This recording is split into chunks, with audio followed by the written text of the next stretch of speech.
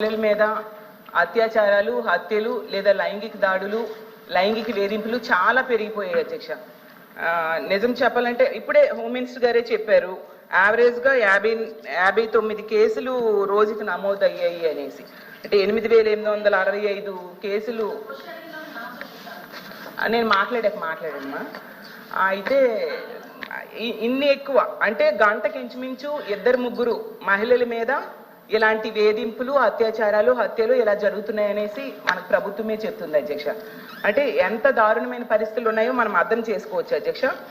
అసలు ఎంత ఘోరం అంటే 9 ఏళ్ల బాలికను మొక్కలు చేసేసి, అత్యాచారం చేసి మొక్కలు చేసేసి ఒక నదిలో విసిరేశారు అధ్యక్ష. 4 నెలల పైన అయింది ముచ్చుమరిలో. ఇప్పటికి కూడా కనిపెట్టలేకపోయింది ప్రభుత్వం అధ్యక్ష. అలాగే 3.5 ఏళ్ల పాపని అత్యాచారం చేసి దారుణంగా కొరికేశారు అధ్యక్ష. అలాంటి ఆమెని చంపేసి విసిరి పడేశారు అధ్యక్ష. మనం చూసాం నగరి కాన్స్టిట్యున్సీలో. అలాగే హిందూపురం కాన్స్టిట్యున్సీలో అత్తా కోడళ్ళ మీద గ్యాంగ్ రేప్ అధ్యక్ష. అలాంటిది అసలు మన రాష్ట్రంలో చాలా రేర్ సంఘటనలు అధ్యక్ష. అలాగే నర్సరీలో పనిచేసే మహిళను తీసుకెళ్లి చెట్టుకు కట్టేసి అత్యాచారం చేసి దారుణంగా చంపేసిన విషయం మనం చూసాం అధ్యక్ష కడియంలో. ఇంత దారుణమైన నేరాలు రోజు రోజుకి చాలా పెరిగిపోతూ ఉన్నాయి అధ్యక్ష. దీనికైతే నేను అనుకుంటున్నాను ఖచ్చితంగా ఇది ప్రభుత్వ వైఫల్యము, పోలీసుల వైఫల్యం అయితే ఖచ్చితంగా ఉంది అధ్యక్ష. నేను ఇప్పుడు అడుగుతున్నాను ప్రభుత్వానికి, ఇన్ని దారుణాలు రోజు వింటున్నాం కదా. గత ప్రభుత్వం దిశ యాప్ అని ఒకటి తీసుకొచ్చింది అధ్యక్ష. నిజంగా దిశ యాప్ ఉండేప్పుడైతే ఈ రాష్ట్రంలో మహిళలు చాలా ధైర్యంగా ఫీల్ అయ్యేవారు అధ్యక్ష. బయటికి వెళ్ళినప్పుడు ఎవరైనా అల్లరి పెట్టినా దిశ యాప్ ప్రెస్ చేసి SOS బటన్ ప్రెస్ చేస్తే చక్కగా పోలీసులు కొన్ని నిమిషాల్లోనే వస్తారు అని చెప్పి చాలా ధైర్యం ఫీల్ అయ్యేవారు. దానికోసం అనేసి 900 పైగా 2 వీలర్ వెహికల్స్, అలాగే 160 పైగా 4 వీలర్ వెహికల్స్, అలాగే దిశ వ్యవస్థ కూడా జగన్ తీసుకురావడం జరిగింది అధ్యక్ష. ఇప్పుడు ఆ దిశ యాప్ ఈ ప్రభుత్వం కొనసాగిస్తుందా లేదా నేను అడుగుతున్నాను అధ్యక్ష.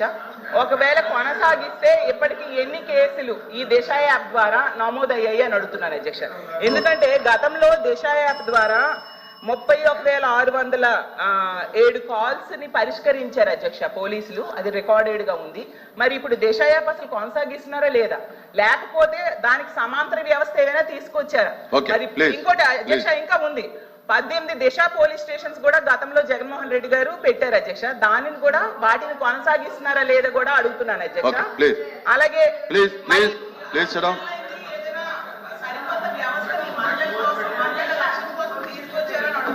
ఓకే ప్లీజ్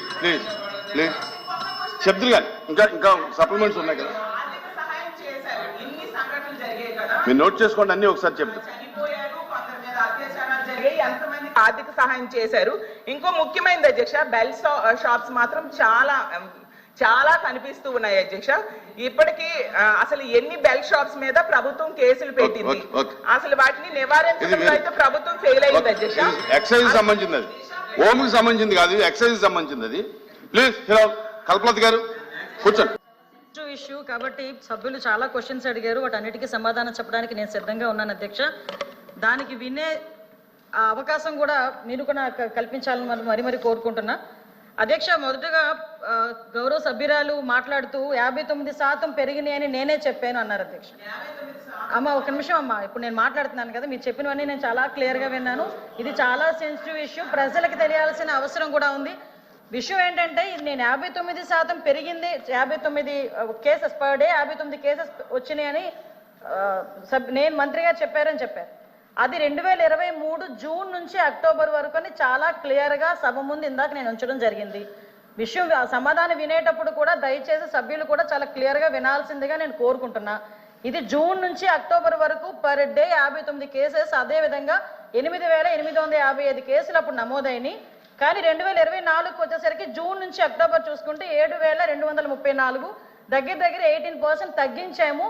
కాబట్టి గణనీయంగా పెరుగుదల లేదు అని చెప్పి సమాధానం చెప్పడానికి ఉదాహరణగా 2 చెప్పడం జరిగింది అధ్యక్ష. ఇది మాట్లాడాం.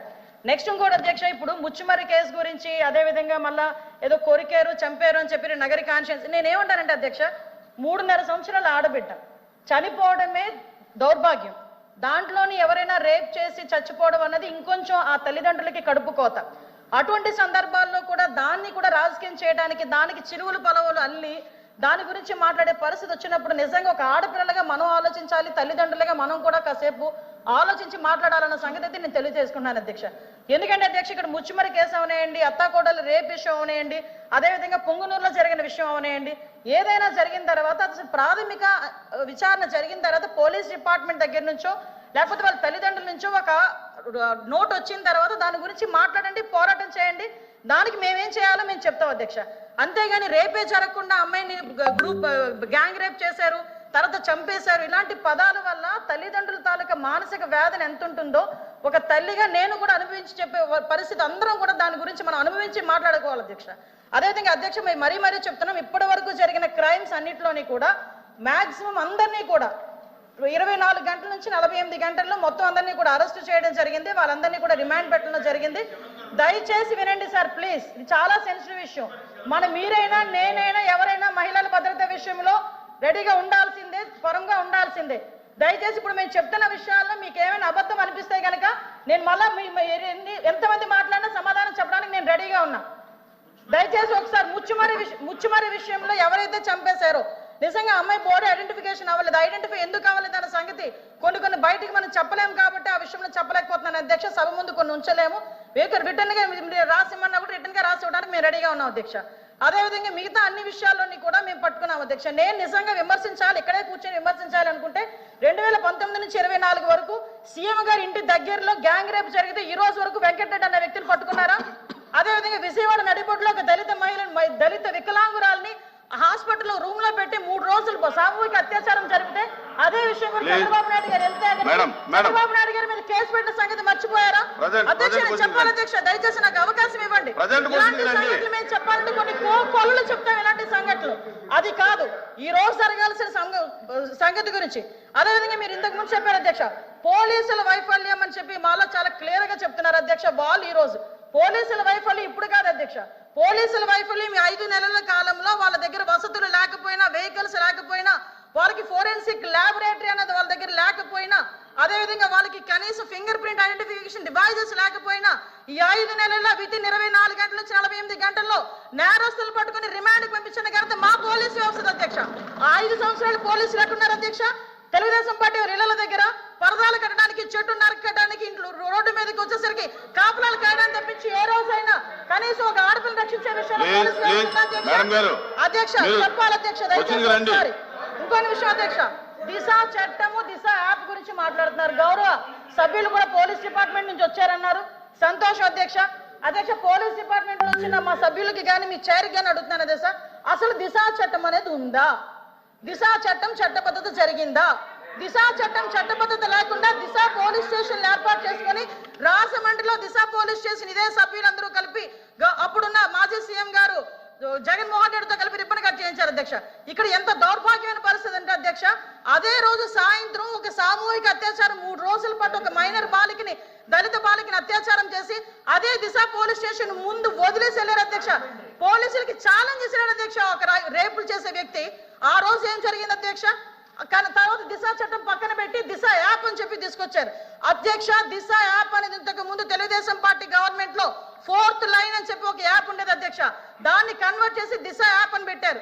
నిజంగానే దిశ యాప్ ద్వారా నిజంగానే నేరాలు తగ్గించేసాము, లేకపోతే నేరాలకు సంబంధించి మేము చాలా మందిని పట్టేసుకున్నామంటే రికార్డ్స్ ఎందుకు నేరాలు పెరిగిపోయినాయని చెప్తుంది అధ్యక్ష.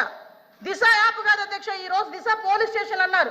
ఆ రోజు మహిళా పోలీస్ స్టేషన్ బోర్డులు తీసి దిశ పోలీస్ స్టేషన్ అని పెట్టడం నిజం కాదా అధ్యక్ష? మీ సభ్యులు చెప్పాలి, పోలీస్ ఆఫీసర్ కదా ఆయన.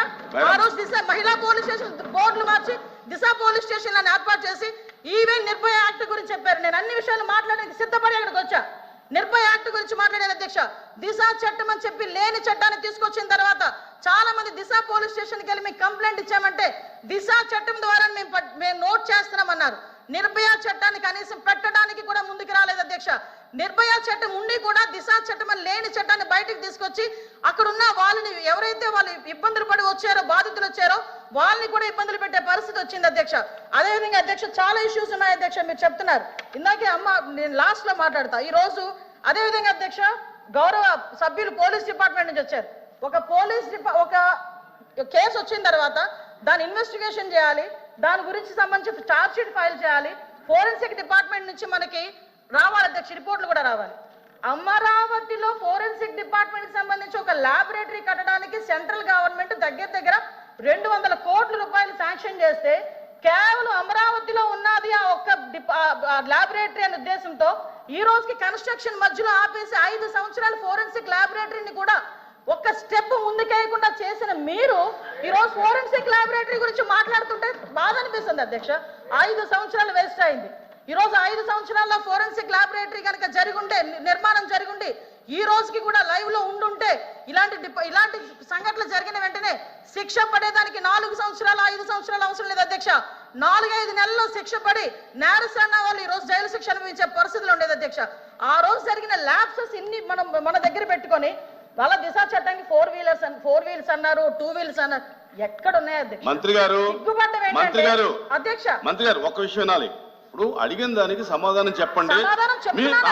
మీ ఒక్క ప్రశ్నకే అరగంట టైం తీసుకుంటే సభ నడపాలి కదా. మీరు క్లోజ్ చేయండి. అధ్యక్ష ఇక్కడ మీరు ఒక మాట నాకు మాట వినాలి. అడిగిన దానికి చెప్పండి అధ్యక్ష. నాకు ఒక మాట, వీళ్ళందరూ క్వశ్చన్స్ వేశారు అధ్యక్ష. అధ్యక్ష నేను వాళ్ళు వేసిన క్వశ్చన్స్ కి బియాండ్ ఒక లైన్ కూడా లేదు. మీరు క్వశ్చన్ కి సమాధానం చెప్పండి, తప్పేం లేదు. క్వశ్చన్ కి సమాధానం మీరు పూర్వపరాలు వర్తమానం అన్ని చెప్తేలాగా వన్ వర్డ్ ఆన్సర్స్ చెప్పలేం కదా. వాళ్ళు క్వశ్చన్స్ అడిగారు, మేము చెప్తున్నాము. కూర్చోండి సార్ అధ్యక్ష చెప్పండి మంత్రి. 5 సంవత్సరాలు లా అండ్ ఆర్డర్ ఫెయిల్ అయింది, నిజంగానే ఫెయిల్ అయిందండి. శ్రీనివాస్ గారు కూర్చోండి. శ్రీనివాస్ గారు కూర్చోండి. కూర్చున్నారంటే ఇంక నిజంగానే ఫెయిల్ అయింది. కూర్చోండి. మేడం చెప్పండి. మాట్లాడుతున్నారు అధ్యక్ష, ఇది కాదు, సభ్యత కాదు. నేను సమాధానం చెప్తున్నాను ఒక మంత్రిగా. వాళ్ళు క్వశ్చన్స్ అడిగారు, చెప్తున్నాను అధ్యక్ష. ఇంకా అధ్యక్ష ఈ రోజు మహిళల గురించి మాట్లాడటం అన్నది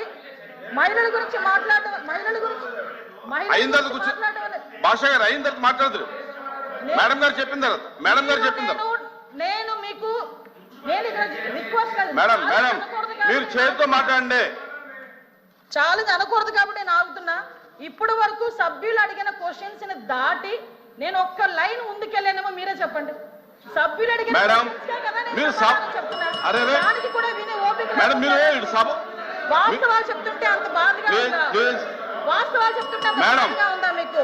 మేడం మీరు చేతితో మాట్లాడండి అధ్యక్ష. ఇంకో 2 నిమిషాలు అధ్యక్ష. మీరు సభతో మాట్లాడింది చేతితో మాట్లాడండి. ఇప్పుడు వరకు లాస్ట్ క్రైమ్ అవనియండి, ఇప్పుడు జరుగుతున్న ఏ క్రైమ్ అయినా అధ్యక్ష, మనం జనరల్ గా కనుక నేను కేస్ స్టడీస్ కూడా చూశాను అధ్యక్ష.